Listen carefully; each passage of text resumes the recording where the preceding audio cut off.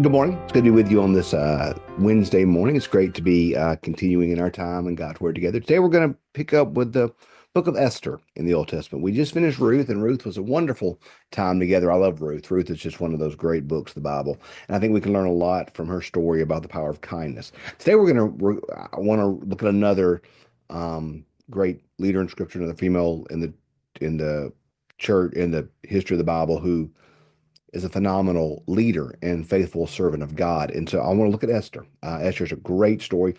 And I think Esther is much like Ruth is a book it's important for us to study because sometimes we rush through it. It's one of those books that we don't really spend a lot of time reading. So I think it will be very helpful for us to read Esther and see what we can learn from this great text. So let's read chapter one. Really, chapter one is really kind of one big section.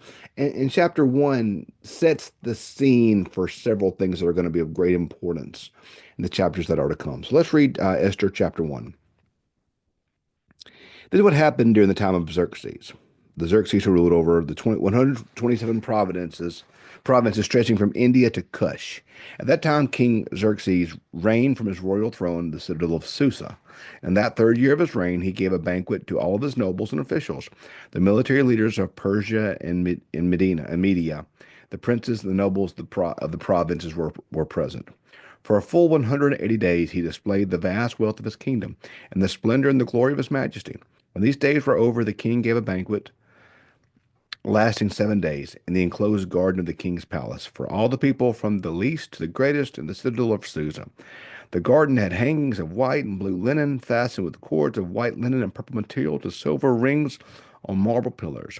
There were couches of gold and silver on mosaic pavement of porphyry, marble, mother of pearls, and other costly stones. Wine was served in goblets of gold, each one different from another, and the royal wine was abundant, keeping with the king's liability. The king's command, by the king's command, each guest was allowed to drink with no restrictions. The king instructed all the wine stewards to serve each man as he wished, each man what he wished. King Vashti also gave a banquet for the women in the royal palace of King Xerxes. The seventh day, when King Xerxes was in high spirits from the wine, he commanded the seven eunuchs who served him, Mehuma, Biztha, Harboni, Bigtha, Ab- Abathaka, Zathar, and Caracas, to bring before him Queen Vashti wearing her royal crown, in order to display her beauty to the people and the nobles, for she was lovely to look at. When the attendants delivered the king's command, Queen Vashti refused to come. Then the king became furious and burned with anger.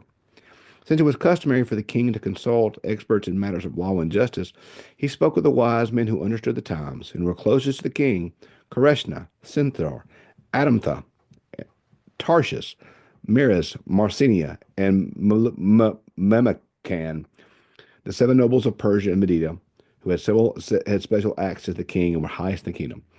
According to the law, what must be done to King Vashti? He asked. She has not obeyed the command of King Xerxes that the eunuchs had taken her. The Memucan replied in the presence of the king and the nobles, King Vashti has done wrong, not only against the king, but against all the nobles and the peoples of all the provinces of King Xerxes. For the king's conduct will become known to all the women, and so will they despise their husbands. And the King Xerxes commanded Queen Vashti to be brought before him, but she would not come.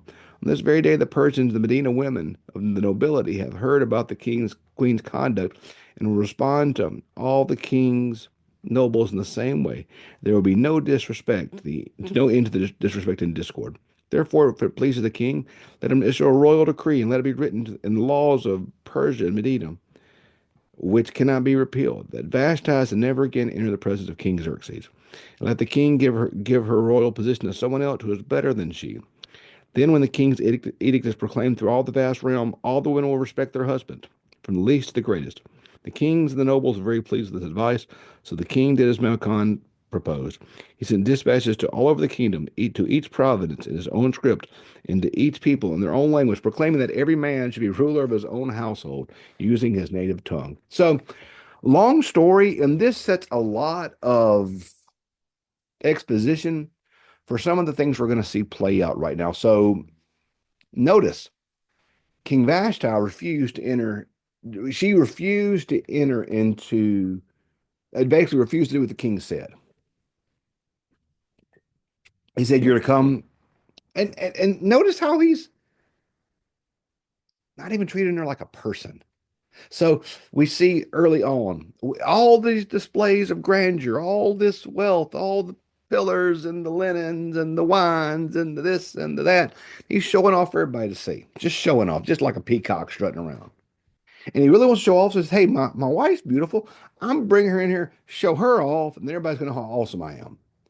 And Vashti's like, "I don't know about this. I'm not some piece of meat here. I am not doing it."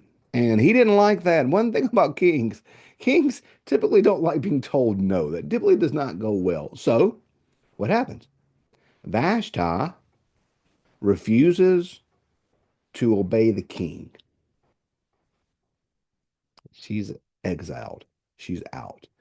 That's hugely important because what do we see from day one? You don't buck the king. You do what the king says. This is going to be of great importance when it comes to Esther because the book is painting for us how powerful the king is. Do you see all of his wealth? Do you see all of his fame? Do you see we are without a doubt looking, oh, it went on for this many days, 180 days, and 7 more days for partying. Oh my gosh, everybody, and they got to do all this. We're seeing the full power of Xerxes here. How you don't mess with him. You don't mess with him. So that's number one. Two, we see the importance of these things that are sent out for everyone to see, and that once the king's word is set out for all the communities and all the world to see, um, you don't buck it. The king is the king, and you don't buck what the king says. So we see here, this is painting the scene for what Esther will go against, and we're going to see Esther um, not defy the king, but she's going to do what's right. And I don't want to skip ahead to that part of the story, but we're going to see Esther be unafraid to speak um, power. So I think it's a good. Somebody said something one time, stuck with me in seminary. One of my professors said that sometimes the stories in the Bible are there to show us what not to do, what not to do. So we see all about King Xerxes, and it's clear from Scripture he's not a good guy. He's not to be. He is not to be admired or lifted up as a person of great respect or someone that we should aspire to be like. Um, so I just think the most off-putting thing about this is just the way that he treats his queen, the way that he doesn't see her as human, the way he sees her as merely a possession to be displayed for others to see. And we could hit fast forward to Paul's words in Ephesians. He tells wives to submit to their husband to it. It says here, hey, every man should be ruler of his own household. But it says. Paul says, wives submit to your husbands. But what does Paul tell husbands to do? Husbands, love your wife as Christ loved the church. So, how did Christ love the church? He died for the church. Christ submitted himself to the will of his Father and willingly laid down his life for the salvation and for the sake of the church. So we see in Paul's writings in Ephesians 5, we see the call of God for us to live lives of mutual submission to each other as husband and wife. That's a powerful, powerful, powerful image for us, the image of Christ in the church, how we submit to Christ. Christ loves us. It's not about power. It's about love and respect and honor. So, in our relationships, let's treat each other with honor. We read in Ruth to be kind.